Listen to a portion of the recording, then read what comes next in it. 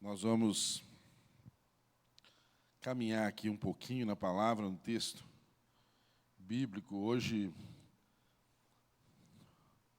meditando de forma temática na palavra do Senhor. Abra aí a Bíblia em Efésios, capítulo 2.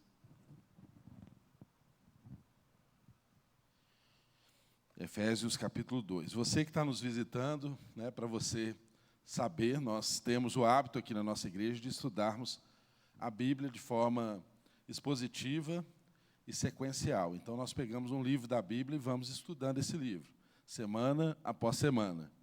E, eventualmente, em ocasiões especiais, nós trazemos, então, uma palavra temática. E hoje, nós teremos, assim como foi pela manhã, agora à noite nós teremos uma palavra temática.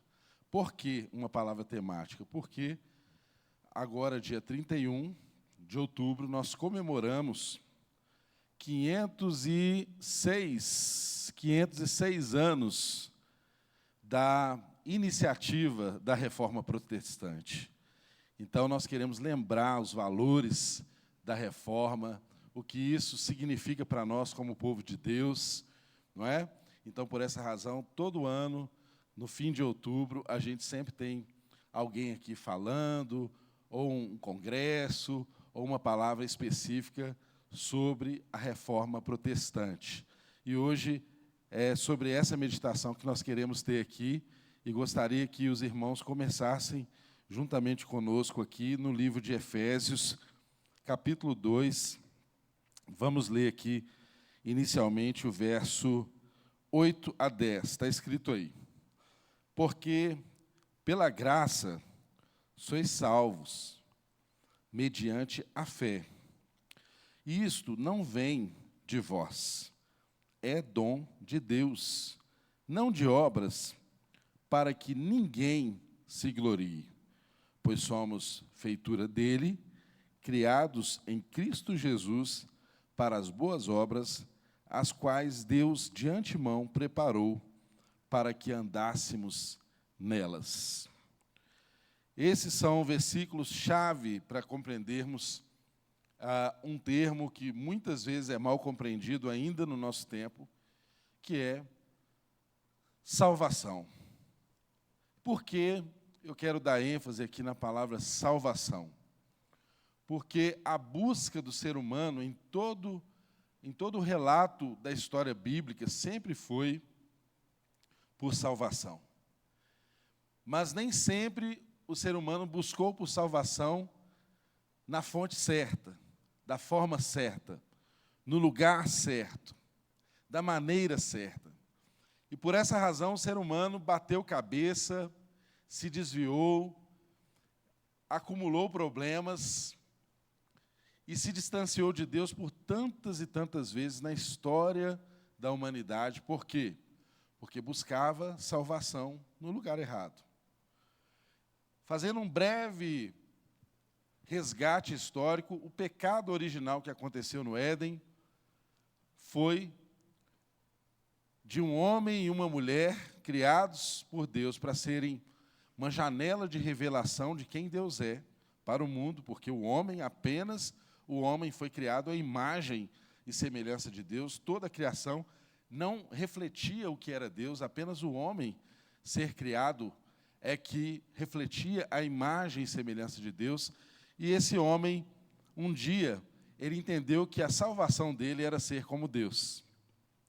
Um dia ele duvidou da bondade de Deus e quis ser como Deus.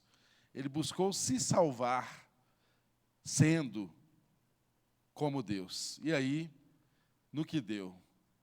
Se estrepou, se deu mal. Querendo ser como Deus, desobedeceu e trilhou um caminho de conhecer não mais apenas o bem, porque o propósito de Deus era que o homem conhecesse, explorasse e vivesse o bem, mas o homem, querendo ser como Deus, escolheu conhecer, além do bem, também o mal. Até por uma escolha lógica, o homem poderia ficar apenas com o bem, não é? mas ele escolheu conhecer o bem e o mal, ele foi convencido, essa dúvida foi lançada. Ele acatou essa dúvida no seu coração e quis, então, ser como Deus. Essencialmente, esse não é o pecado apenas do homem. Até mesmo Satanás, que era o sinete da perfeição, que era o ISO 9000 do céu, não é? O carimbo das coisas certas, perfeitas, era uma referência. Ele quis ser como Deus e também se deu mal. Então, toda a história bíblica nos narra um caminho da humanidade buscando salvação, mas às vezes buscando em fontes erradas, de forma errada. E onde que eu quero chegar com isso? Para chegar nesse texto aqui de Efésios e na circunstância da temática que nós estamos estudando hoje, que é os valores trazidos pela Reforma Protestante. Irmãos, vocês se lembram que há pouco tempo atrás nós estudamos aqui o livro de Atos dos Apóstolos. Os irmãos podem projetar aí, Atos dos Apóstolos, capítulo 1, verso 8, tem um versículo-chave lá, que eu gostaria de ler com os irmãos também. Atos, capítulo 1, verso 8. Atos 1, 8. Está escrito lá: mas recebereis poder ao descer sobre vós o Espírito Santo, e sereis minhas testemunhas, tanto em Jerusalém, como em toda a Judéia e Samaria, e até aos confins da terra. Essa é uma promessa de um derramar do Espírito Santo de Deus que aconteceu na vida do povo de Deus, como parte do processo de redenção de Deus na história da humanidade. E nós vimos aqui no livro de Atos como que foi importante aquele povo, os discípulos, aqueles que andaram com Jesus, esperar o tempo desse derramar do poder de Deus, de serem cheios do Espírito Santo de Deus, para que eles pudessem, então, fazer o quê? Testemunhar daquilo que viram. Testemunha sempre tem um papel secundário na história. Testemunha não é o personagem principal. Testemunha fala o que viu. Testemunha fala o que presenciou. E esse é o chamado de Deus quando nos inclui na missão dele. Ele está restaurando todas as coisas. Cristo está redimindo o mundo inteiro. Todas as coisas estão sendo transformadas, estão em caminho redentivo. Eu e você e todo mundo.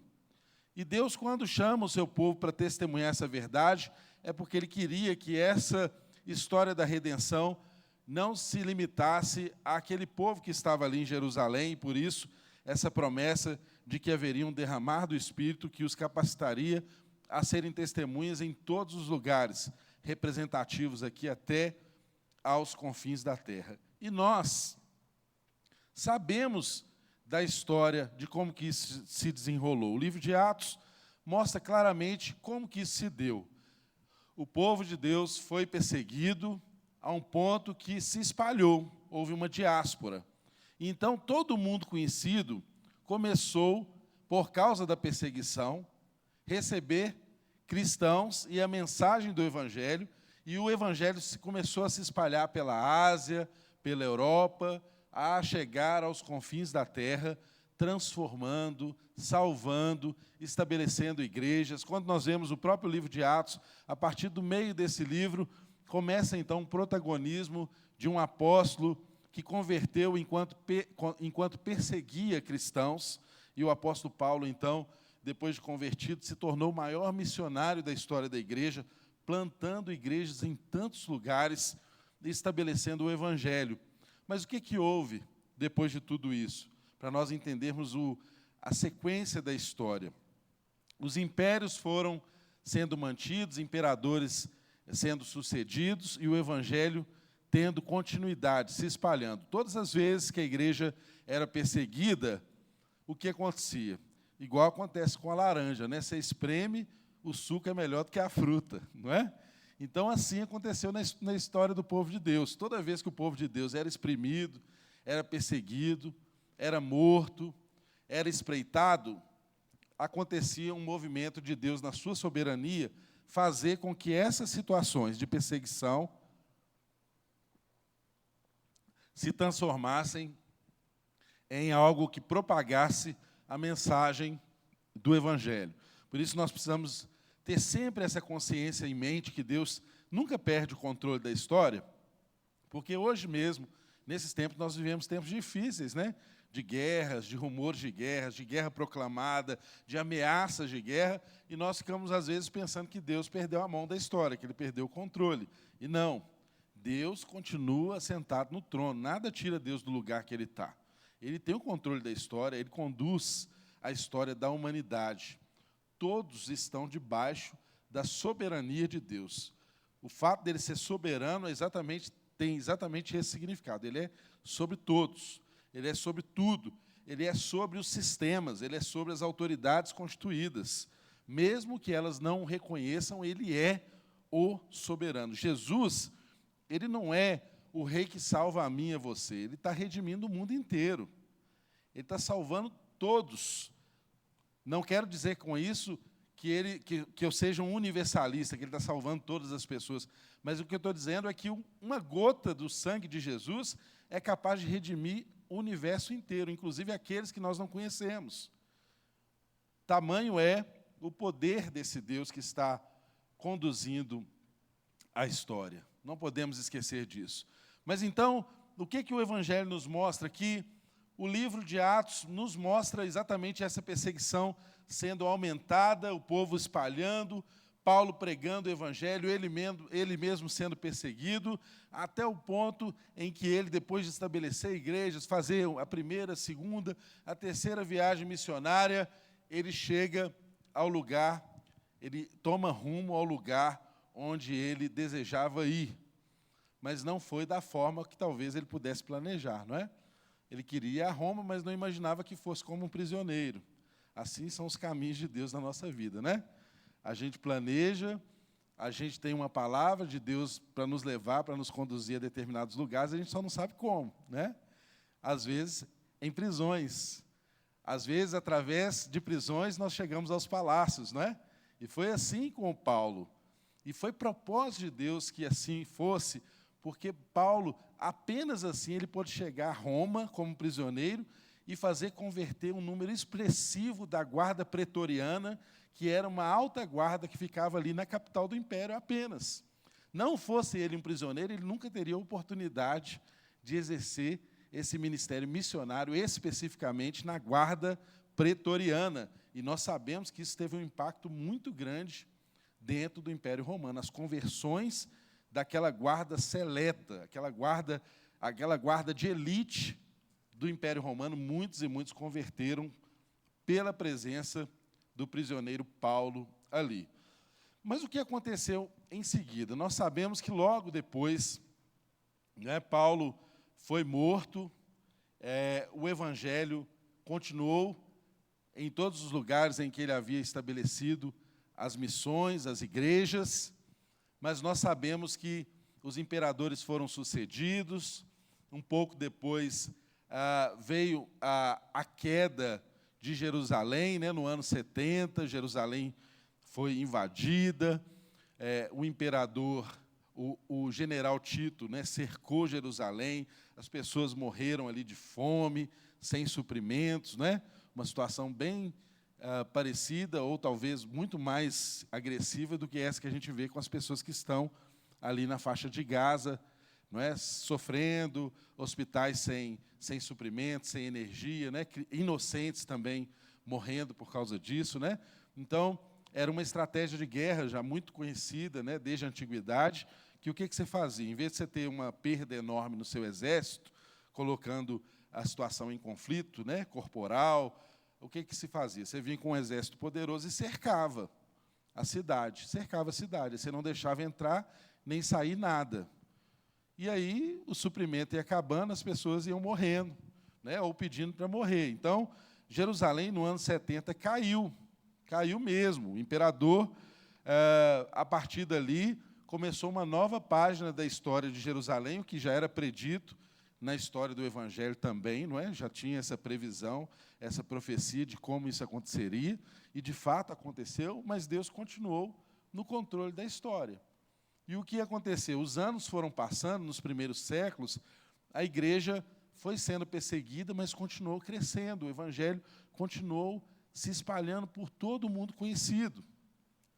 Até que, pouco tempo depois, o imperador Vespasiano, ele estabeleceu lá, criou o Coliseu, que foi um lugar de espetáculo público, né, onde os cristãos eram levados, arrastados, e ali entregues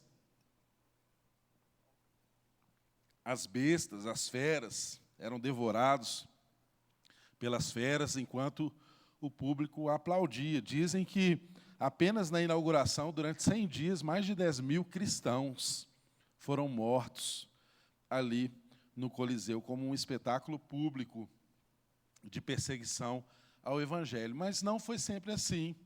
Um pouco de tempo depois, imperadores foram sucedendo um ao outro, até que chegou mais ou menos no ano 300, um imperador chamado Constantino.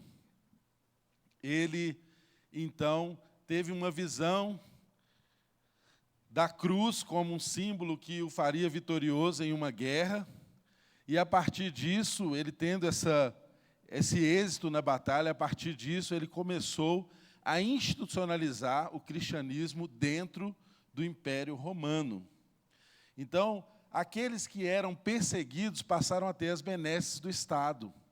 A igreja, a partir do ano 300 e pouquinho, ela começou, da era cristã, ela começou a ser institucionalizada, ela começou a ser a religião oficial do império. Então, aqueles que viviam perseguidos, que eram jogados às bestas, enfim, eles se tornaram protegidos do Estado. E o que isso fez? Fez com que a porta de acesso ao Evangelho não fosse mais a conversão, mas a adesão por causa dos benefícios que havia em ser um cristão. Tal como nos dias de hoje, nós percebemos, quando comparamos o que é ser cristão hoje, com o que era ser cristão 40 anos atrás. Né? Se alguns irmãos aqui forem convertidos há 30, 40 anos atrás, né, vão se lembrar como que havia um outro nível de perseguição a quem era cristão. Não é? Como que, principalmente em cidades aqui em Minas do interior, famílias eram escorraçadas de uma cidade se elas declarassem uma fé cristã, se ela tivesse uma fé protestante. Às vezes, o maior inimigo dessas famílias eram as igrejas católicas ali estabelecidas. Então, não muito longe na nossa história, nós percebemos em alguma medida uma amostra disso, né? Quantos de nós aqui somos de famílias que talvez nossos pais foram abandonados por seus familiares por terem se convertido ao Evangelho. Famílias tradicionais, muito ligadas ao catolicismo. E nós percebemos que esse movimento é uma realidade, não é? De perseguição que se reverteu e que hoje nós vivemos um tempo em que parece que é chique ser crente, não é? Virou um movimento assim de adesão. Parece que as portas foram abertas, mas as pessoas chegam sem uma consciência clara do que é o Evangelho, sem uma disposição de coração de entregar a vida a Cristo, por Cristo, pelo Evangelho. É exatamente um movimento que não se parece como uma conversão, mas mais como uma adesão. Eu acho legal o estilo, eu gosto do jeito da igreja, eu gosto do culto, eu gosto das músicas que tocam lá, eu acho legal a palavra que eles ministram, mas aquilo não trouxe uma transformação profunda, radical, que alcançasse o meu interior e transformasse a minha natureza. Porque isso é conversão. O comportamento, nós podemos ter o comportamento mudado, transformado por vários instrumentos. Você vai no psicólogo, ele pode te ajudar, você vai no psiquiatra, ele pode te ajudar, cada um na sua área específica, mas apenas a conversão muda a nossa natureza.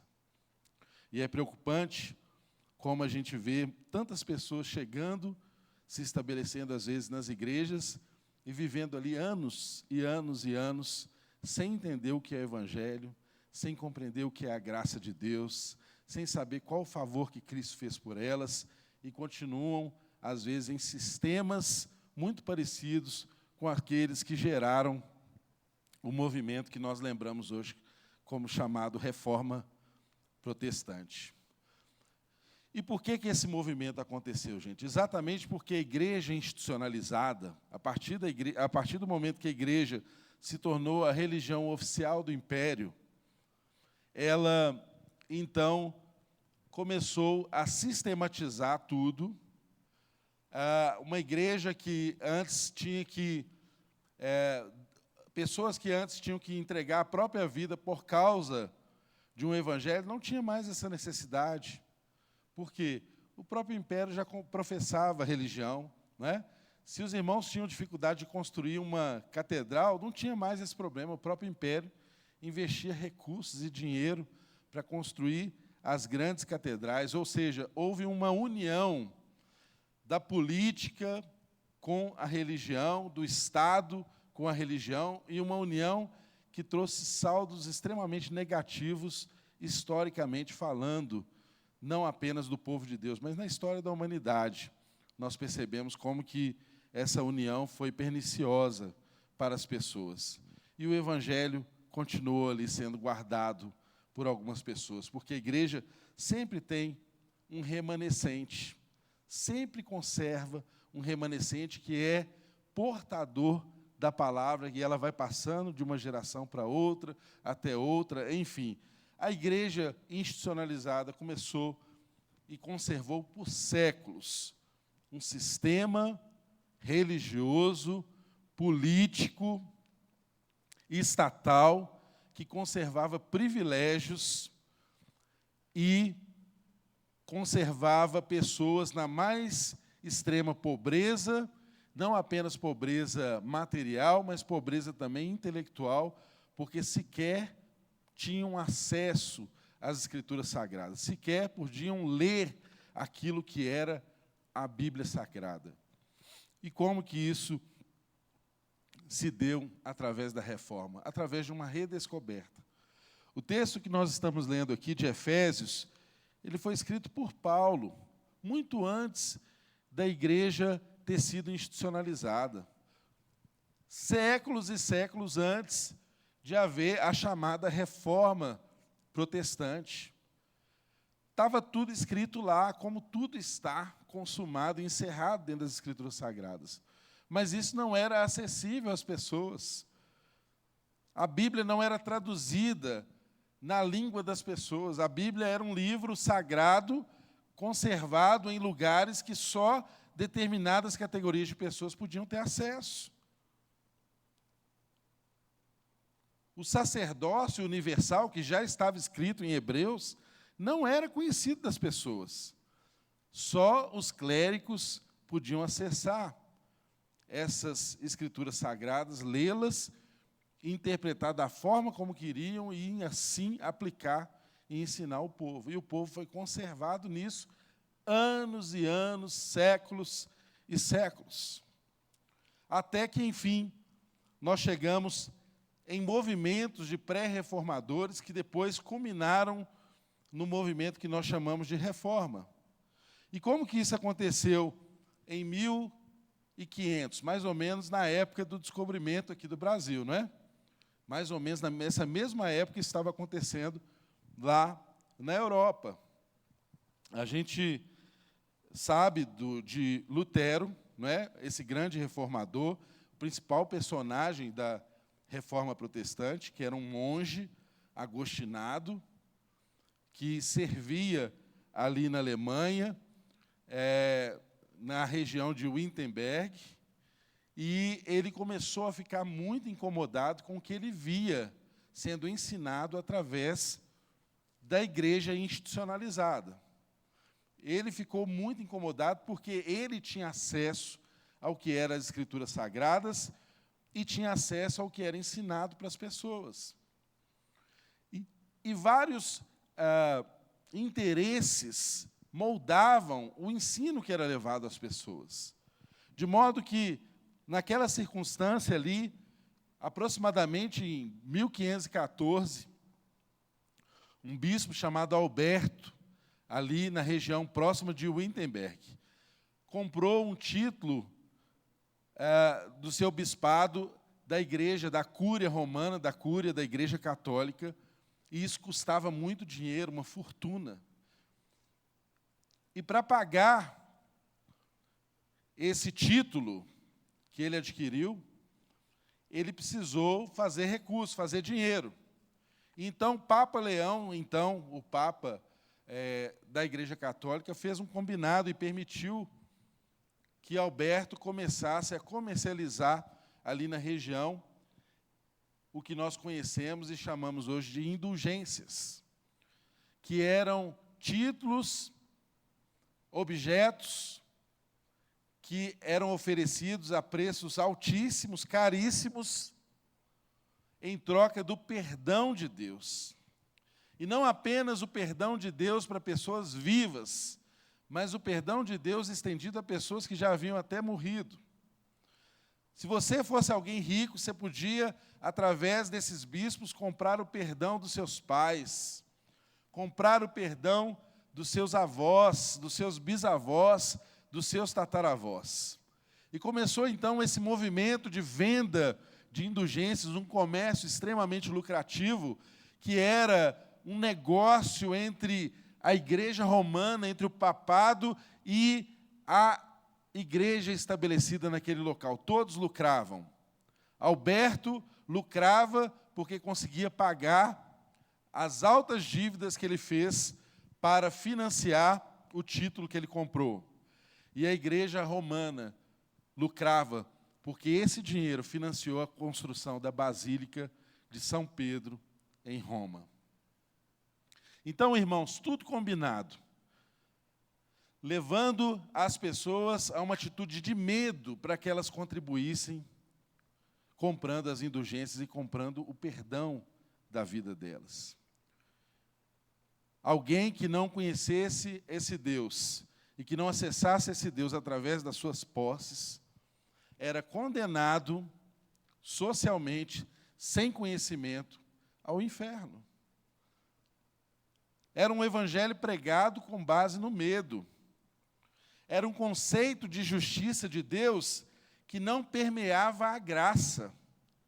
Alguém ensinava sobre justiça de Deus naquela circunstância apenas como um Deus irado, que derrama e despeja a sua ira sobre pecadores que haviam infringido a ordem estabelecida. Mas não se conhecia e não se falava nada absolutamente sobre um Deus gracioso.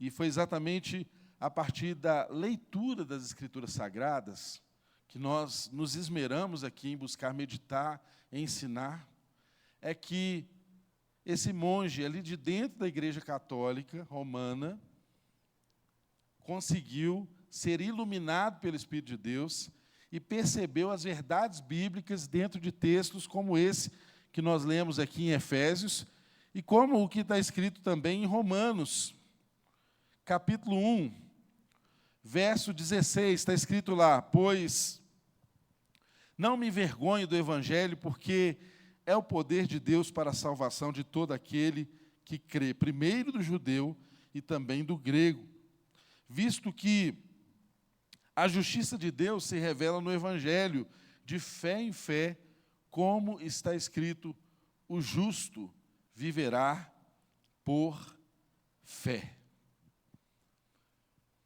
Quando Lutero passou, então, a ensinar e a meditar em textos como esses, as Escrituras Sagradas começaram a se abrir diante dos olhos dele. É como se ele começasse a ter uma abertura, um portal se abrisse para ele acessar o paraíso. E isso não são minhas palavras, são relatos do próprio Lutero acerca das revelações que ele teve quando fez a leitura desse texto.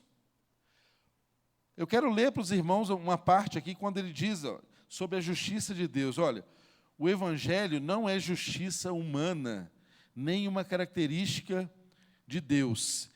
Ele identifica tudo Ele identifica tudo o que Deus faz para salvar o seu povo por meio de Cristo. Aí vem o comentário de Lutero, diante dessa realidade. Ele diz assim: de cara, eu percebi claramente que a graça de Deus é absolutamente necessária para se atingir a luz e a vida eterna. E eu, de forma ansiosa e diligente, trabalhei para entender a palavra de Paulo em Romanos 1,17. A justiça de Deus se revela no Evangelho. Eu questionei, isso nas palavras de Lutero, viu, gente? Eu questionei essa passagem por um longo tempo, e nela trabalhei porque a expressão justiça de Deus era complicada para mim. Essa expressão costumava ser explicada como sendo a justiça de Deus em virtude, uma virtude pela qual Ele próprio é justo e condena pecadores. Foi dessa forma que todos os mestres da igreja, com exceção de Agostinho, interpretaram essa passagem. Eles diziam: a justiça de Deus, isto é, a ira de Deus. Porém, todas as vezes que eu li essa passagem, desejava que Deus nunca tivesse revelado o Evangelho. Quem poderia amar um Deus que estava irado, que julgava e condenava as pessoas? Esse equívoco continuou em mim até que, iluminado pelo Espírito Santo, finalmente examinei com mais cuidado a palavra de Abacuque: o justo viverá pela sua fé. Dessa passagem, concluí que a vida tinha de ser derivada da fé. Então, toda a Escritura Sagrada se tornou clara para mim, e o próprio céu se abriu para mim. Agora vemos essa radiante luz muito claramente e somos privilegiados por desfrutá-la em abundância. Então, veja bem, o próprio relato de Lutero, ele está explicando aqui que, historicamente, ele sempre aprendeu de todos os mestres que vieram antes dele. Ele só faz uma exceção a Agostinho, que todos os mestres da Igreja Católica ensinavam que o sinônimo de justiça de Deus era a ira de Deus. Deus era ensinado como um Deus irado. Nunca era ensinado como um Deus gracioso. E a partir dessa ideia, ele começou a compreender, então, que em Jesus havia a justiça de Deus. Ele começou a compreender, então, que a justiça de Deus se revelava no sacrifício do seu Filho. E por causa disso, só mediante a fé é que nós alcançamos essa graça maravilhosa de termos imputado a nós os atos de justiça praticados pelo Filho de Deus. Abriu os olhos de Lutero diante dessa realidade de que ele não precisava, e nenhum ser humano precisava, comprar os favores de Deus. Ninguém precisava pagar para ser salvo. Ninguém precisava pagar para ter os seus pecados perdoados, mas todos que compreendessem que a justiça de Deus se completou em Jesus, bastava receber o sacrifício vicário, final, cabal de Jesus Cristo, para ser justificado pela fé, e não por obras, que é exatamente o que o texto de Efésios diz. Já dizia antes dos mestres e doutores ensinarem a Lutero, muito tempo antes, que nós somos salvos pela graça, mediante a fé. Isso é um dom de Deus, não de obras, não vem de obras para que ninguém se glorie, ninguém possa dizer: eu mereci a minha salvação, eu comprei a minha salvação, eu comprei o favor de Deus. Ninguém tem esse mérito. Salvação não é meritória. Ninguém alcança a salvação porque é bonzinho, porque não há nenhum justo sequer. Apenas pela fé é que nós somos justificados. Essa fé que é fruto de uma graça maravilhosa de Deus, manifesta em Cristo Jesus. Então, meu irmão, veja bem, Lutero começou a combater exatamente um sistema religioso implantado. Ele sustentou essa verdade. E como que ele fez isso? A história nos ensina que ele fez essa reforma da mesma forma que todos os outros reformadores fizeram ao longo da história bíblica. Quando nós estudamos aqui na nossa igreja, oportunamente, os livros relacionados ao cativeiro e ao retorno do povo de Israel do cativeiro, quando nós vimos aqui Esdras, Neemias, nós vimos exatamente que a única possibilidade de reformar aquele povo era no momento em que eles se dobravam diante das Escrituras Sagradas. Era exatamente no momento que eles se voltavam para a palavra de Deus, se rasgavam o coração, as vestes, jejuavam e meditavam naquilo que já estava escrito. De modo, irmãos, que a nossa salvação, ela não está em algo que virá. Tudo já foi dado, tudo já nos foi entregue. Nós não precisamos de nenhuma grande novidade que vai nos salvar, e esse é o drama da humanidade, porque nós ainda hoje continuamos buscando salvação em tantas coisas. Ainda hoje nós buscamos salvação numa vida profissional bem-sucedida. Ainda hoje nós buscamos salvação em ter uma profissão bem-sucedida, que nos garanta, que nos dê conforto, que nos dê recurso. Ainda hoje as pessoas procuram salvação em ter boas relações, boas amizades, boas colocações. E não compreendemos que nada disso nos garante diante de Deus. Porque assim como viemos, nós chegaremos diante dele, nós chegaremos diante dele. Não há nada que a gente possa acumular nessa vida que faça Deus olhar para nós e falar assim, uau, como admirável é o que esse ser faz. Eu vou aceitá-lo porque ele é muito bom. Não, absolutamente nada. Ninguém é bom. Essa é uma conclusão elementar que qualquer pessoa convertida deve chegar. Porque só quando nós entendemos que não somos bons, que somos maus quando entregues a nós mesmos, é que nós desesperadamente precisamos de alguém que nos salve. E aí a obra vicária de Jesus faz sentido para nós, porque quem precisa de salvação é quem não consegue salvar a si mesmo. Enquanto eu e você fomos enganados por sistemas que nos levam a entender que nós podemos nos salvar, não entenderemos que o nosso Salvador é Cristo Jesus. E ainda hoje, tantas pessoas buscam salvação em tantos meios. Veja um movimento ideológico dentro e fora da igreja. Quantas famílias foram desfeitas, quantos grupos foram desfeitos por gente que em algum momento achou que o político podia ser uma figura de salvação. E tornou uma destruição de família, de grupos, de igreja, de amizade, tudo mais, porque transportaram para alguém uma expectativa messiânica. Quantas e quantas pessoas estão hoje perdidas, achando que a salvação da vida delas é se redescobrirem. E quantos crentes que já sentaram ao nosso lado, num culto, numa celebração religiosa, hoje nós temos notícias de que estão em igrejas inclusivas,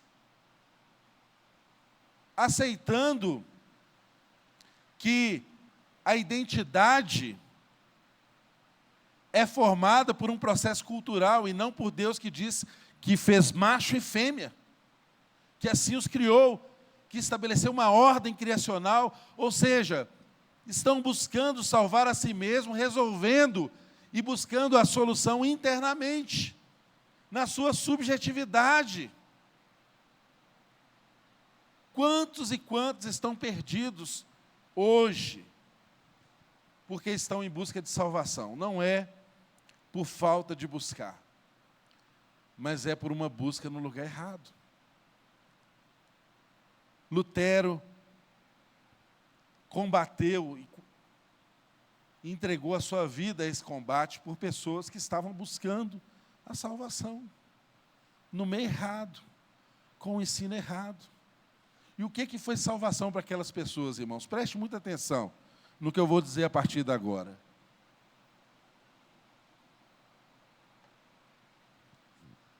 As Escrituras Sagradas sempre foram e sempre serão a resposta para aquilo que deve guiar a nossa vida. Sempre foi e sempre será a resposta para aquilo que deve guiar a nossa vida. A reforma, ela se deu de uma forma ampla. O ensino de Lutero, que não era apenas de Lutero, Lutero se tornou um ícone da reforma, mas vários outros pré-reformadores vieram antes dele, com as mesmas ideias, e vários engrossaram as fileiras dos reformadores. Inclusive, muita gente morreu antes de Lutero, porque a Igreja Católica pediu a essas pessoas para reconsiderarem os ensinos que eram contrários à Igreja Católica, e por elas não se reconsiderarem, morreram. Foram queimados. Foram para a Inquisição, porque sustentaram a verdade que as alcançou. E Lutero, quando fez isso, ele tinha consciência do que podia suceder a ele. Mas por que Lutero talvez tenha sido mais bem-sucedido nesse aspecto do que outros pré-reformadores ou reformadores que vieram antes dele? Por uma razão que eu e você precisamos estar muito atentos nos dias de hoje. O que Lutero começou a fazer? Ele começou a expor as Escrituras Sagradas para ensinar o povo o que era a verdade do Evangelho.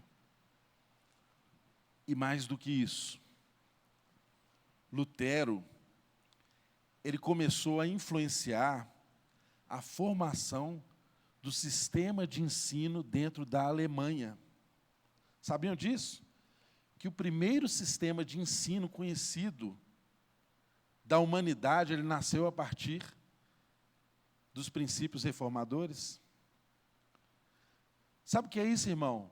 É a igreja, é o valor do Evangelho saindo das paredes do templo, alcançando as pessoas lá fora. Ele começou a sistematizar o que era a verdade bíblica e aplicá-la aos programas, projetos, criou sistemas de ensino dentro do território alemão. Mais do que isso, ele usou de uma forma brilhante as tecnologias disponíveis naquela época. E qual que era a tecnologia? Um tal de Gutenberg inventou um negócio chamado imprensa. Porque se você... Olha como que é simples e complexo ao mesmo tempo. Não adianta eu querer difundir uma mensagem, um ensino, de uma forma rápida e capilarizada, se eu não tiver instrumentos para isso, não é? Isso é uma coisa muito óbvia, né? Imagina você tem uma grande ideia, você escreve maravilhosamente, você é uma pessoa tão talentosa, fora da curva, e você tem uma ideia brilhante e escreve um livro maravilhoso. Aí você vai publicar esse livro. Quem vai distribuir esse livro para você? Quem vai editar esse livro para você? Você vai conseguir colocar esse livro, chegar lá, você vai chegar com esse livro lá na leitura e falar assim: ô leitura, quero conversar com o dono da loja, porque eu escrevi um livro aqui que é maravilhoso e vai revolucionar o pensamento da humanidade. Você vai conseguir chegar a algum lugar se você não tiver um bom editor? Se você não tiver uma editora boa que te insira nos lugares onde você não consegue chegar? Não consegue. Sua ideia pode ser brilhante, mas você não vai a lugar nenhum. Mas o que Lutero fez? Ele utilizou das ferramentas disponíveis e tecnológicas da época. Ele queria ensinar, então ele difundiu esse ensino e usou a nova tecnologia, que era a imprensa, para imprimir e traduzir as Escrituras Sagradas para a língua daquele povo. Mas você tem um outro problema. O povo era analfabeto. O povo não sabia ler. Você precisava ensinar o povo a ler para eles conhecerem as Escrituras Sagradas. Você entende por que ele reformulou o sistema de ensino na Alemanha? Porque havia uma necessidade de conhecer sobre Deus. Se o povo não aprendesse, não fosse alfabetizado, não adiantava ter a tecnologia que fazia a Bíblia ser impressa, traduzida. Continuava sendo um livro que não importava em ser alemão ou latim, se eu não sei ler, eu não vou conhecer. Entende? Olha como que Deus usou, e depois, em vários outros lugares, Calvino, na região da Suíça, vários outros reformadores na Inglaterra, enfim, foram difundindo, engrossando as fileiras da reforma e fazendo esse sistema ser uma realidade dentro da sociedade. Então, irmão, pensa muito bem o que você faz com aquilo que Deus colocou nas suas mãos. Pensa muito bem o que você faz com a sua profissão, com o seu trabalho, com as boas ideias que Deus te dá, com o talento que Ele colocou sobre a sua vida, com o dom que Ele distribuiu de forma diversa entre nós, não é? Para que a graça dele fosse multiforme. Pensa, tudo tem um sentido, tem uma razão, mas nós temos que usar isso com sabedoria. Eis a diferença entre Lutero e vários outros reformadores, porque, intelectualmente falando, vários outros talvez fossem muito mais capazes do que ele. E vários outros que sucederam ele na mesma toada fizeram muito mais. Inclusive, Calvino foi muito mais sistematizado, né? Calvino avançou muito mais na sistematização do que o próprio Lutero. Não é? Tanto que o calvinismo é muito estruturado, muito sistematizado, porque Calvino foi além nesse aspecto. Mas por que Lutero teve essa marca na reforma? Exatamente por isso. Ele usou de um recurso que as Escrituras Sagradas nos ensinam. Toda reforma nasce de uma reflexão profunda do que já está dado na palavra de Deus. De modo que, se eu e você queremos respostas para os dias de hoje, elas estão na palavra de Deus. Nós temos que refletir a palavra de Deus. Nós temos que ensinar a palavra de Deus. Nós temos que transformar a sociedade ao nosso redor a partir da palavra de Deus. E enquanto nós não fizermos isso, a reforma não acontece. Enquanto nós não refletirmos sobre isso, continuaremos esperando alguém para ocupar o lugar de Cristo no nosso coração. Continuaremos criando mitos. Continuaremos com expectativas messiânicas no lugar errado, fazendo de um modo que não transforma, fazendo de um modo que separa, em vez de unir as pessoas, de um modo que não forma gente. Isso é uma urgência para nós, irmãos. Nós vivemos tempos em que todas as fronteiras de ameaças aos valores da fé foram rompidas. Todas. Irmãos, esses dias eu tenho andado um pouco assustado, sabe? Eu vou dizer para vocês uma coisa aqui que eu presencio rotineiramente, todas as manhãs, depois que eu deixo meu filho na escola. Eu moro na cidade vizinha aqui, em Vespasiano, que, aliás, é o nome do imperador que criou o Coliseu, né? Que matou diversos cristãos.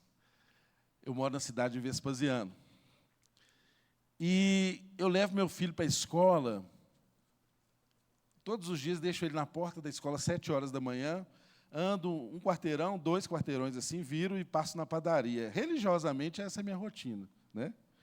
Deixo ele na porta da escola, subo 2 quarteirões assim e passo numa padaria. E quase todos os dias que eu passo nessa padaria, tem me incomodado, eu vejo um rapaz entrar na padaria junto com uma mulher. Cada dia ele está vestido de uma forma, mas ele veste roupa de mulher de todas as maneiras, mas ele é uma figura masculina, sabe? Musculoso, cheio de tatuagem. Ele tem tatuagem até no olho. Você olha para ele, você vê que o olhar dele é diferente, né? Ele tem uma tatuagem, com certeza é uma tatuagem no olho que o pessoal tá fazendo. Roupa feminina, vestido feminino, umas capas, uns negócios estranhos. Entra, compra as coisas lá junto com a outra mulher que acompanha ele, que é normal, assim, no padrão social, né, que a gente pensa, e sai.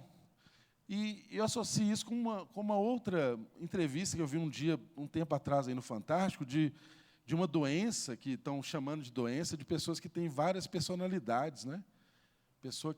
Uma pessoa só tem 10 pessoas nela. E, inclusive, durante a entrevista, a pessoa mudava de persona, né? Então, a hora que ela estava sendo entrevistada ali, ela era uma menina, ora era um rapaz, ora era uma pessoa mais velha, ora era um viciado, começava a fumar e beber durante a entrevista. Uma coisa assim, assustadora. Um negócio assustador.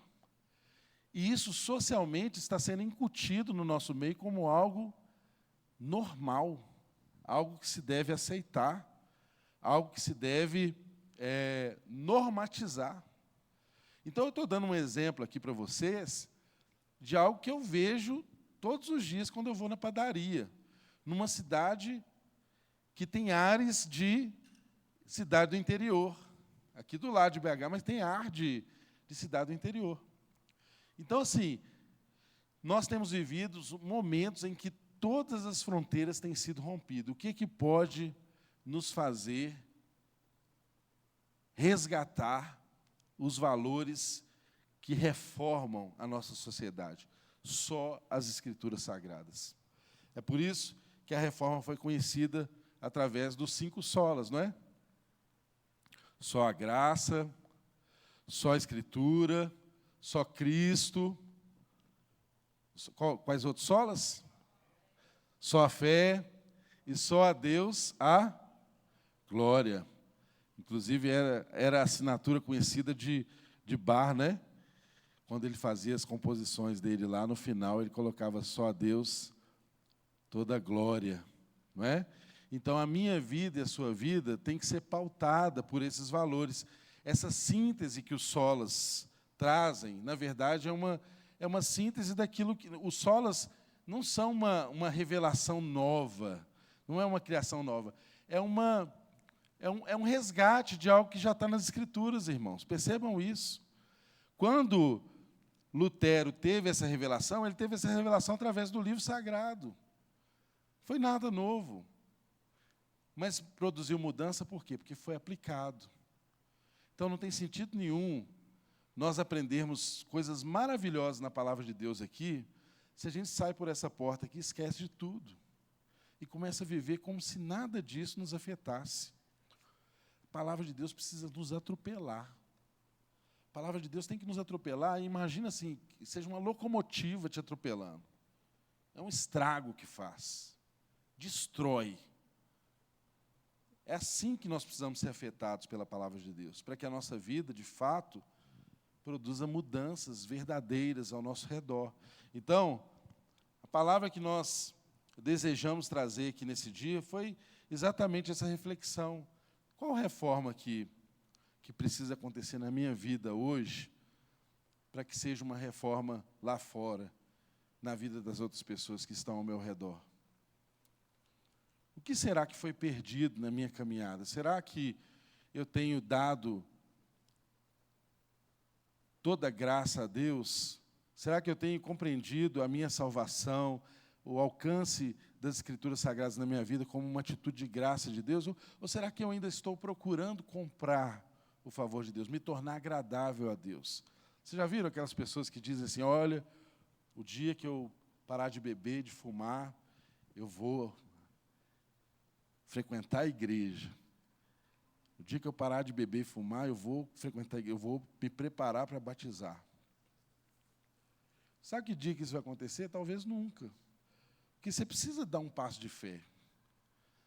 Jesus não chama a gente pronto. Ele quer nos transformar. Então, você vem do jeito que você está. E Ele vai fazer uma obra de transformação na sua vida. Que dia que eu e você vamos ter essa atitude? Olha, se é pela graça, eu não posso viver mais comprando o favor de Deus. Eu não posso mais me entregar a um sistema moderno de indulgências.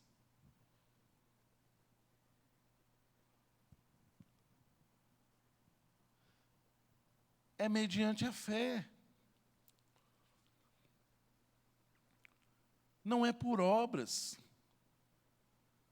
Às vezes, a maior barreira de alguém converter é exatamente aquela pessoa que se acha muito boa. Já viram? Fala assim, não, eu faço bem para todo mundo, eu ajudo meus pais, eu cuido dos meus irmãos, eu sou um trabalhador honesto, eu pago meus impostos. Pronto.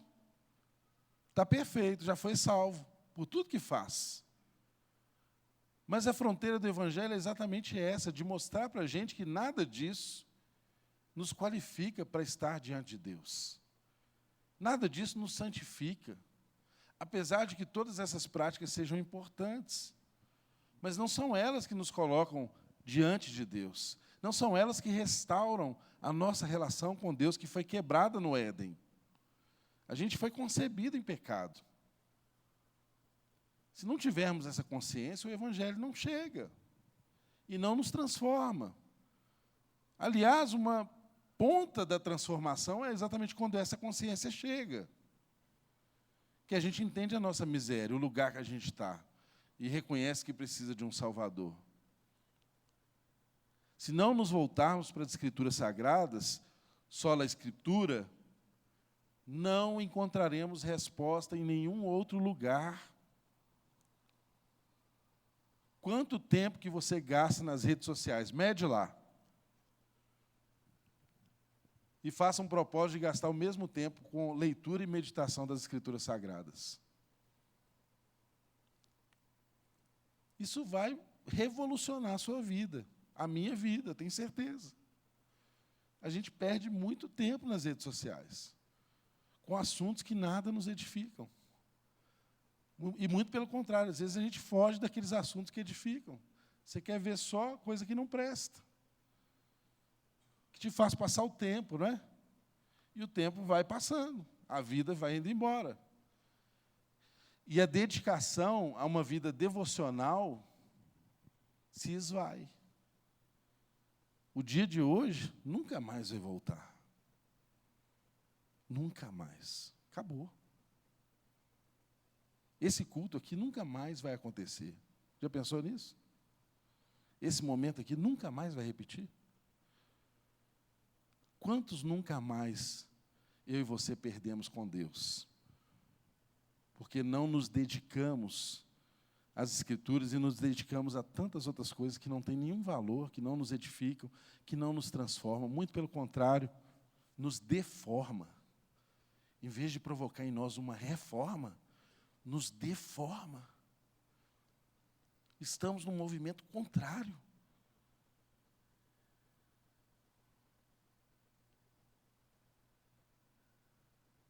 Como só a Deus dá glória com a vida dessa forma?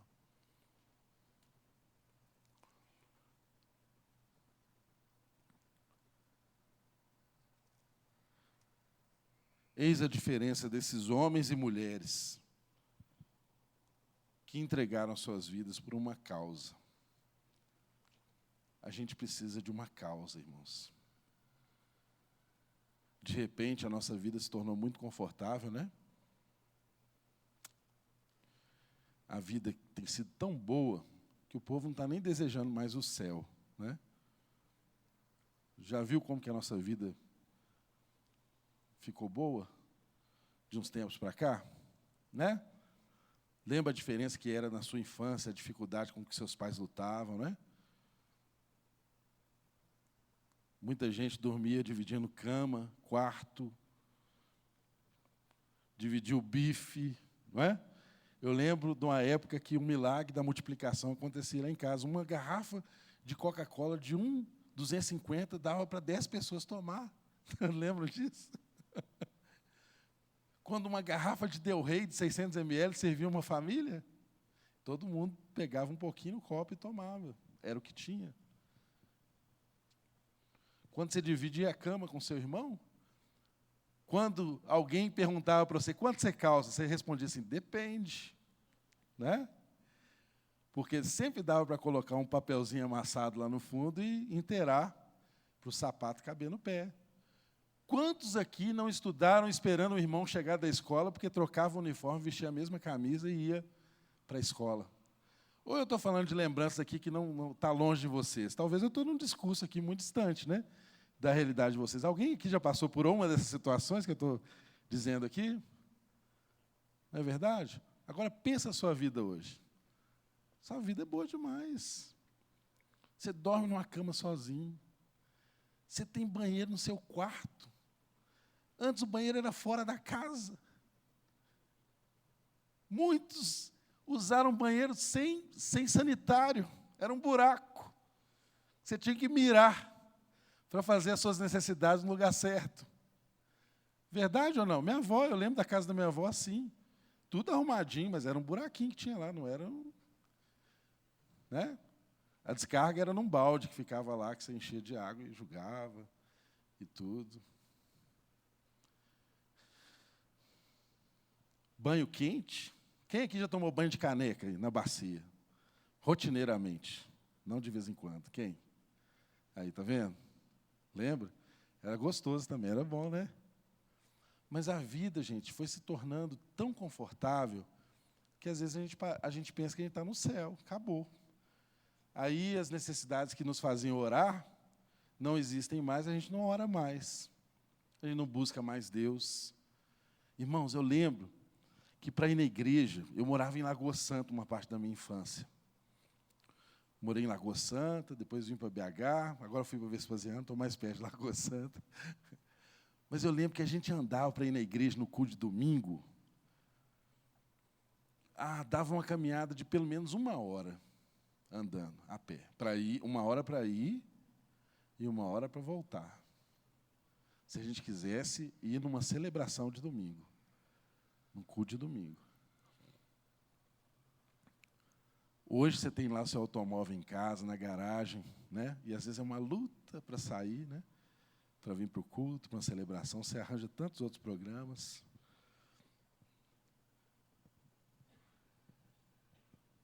Não vivemos mais aquele tempo que você tinha que planejar para ir numa pizzaria, não é? Só em datas especiais. Você sai daqui e fala, vamos comer uma pizza. A gente senta e come uma pizza. Come um sanduíche. Não precisa nem fazer conta para isso. Irmãos, estou dando exemplos simples aqui, mas para resgatar na sua memória, né, fatos importantes na sua história, para lembrar você de onde Deus te tirou, para onde Ele te levou,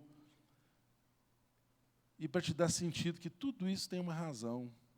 Tudo isso é para a glória de Deus, irmão. Não foi para tornar a sua vida confortável, não. Tudo para a glória de Deus. A profissão que você tem é para a glória de Deus. A casa que você tem é para a glória de Deus. O carro que você tem é para a glória de Deus.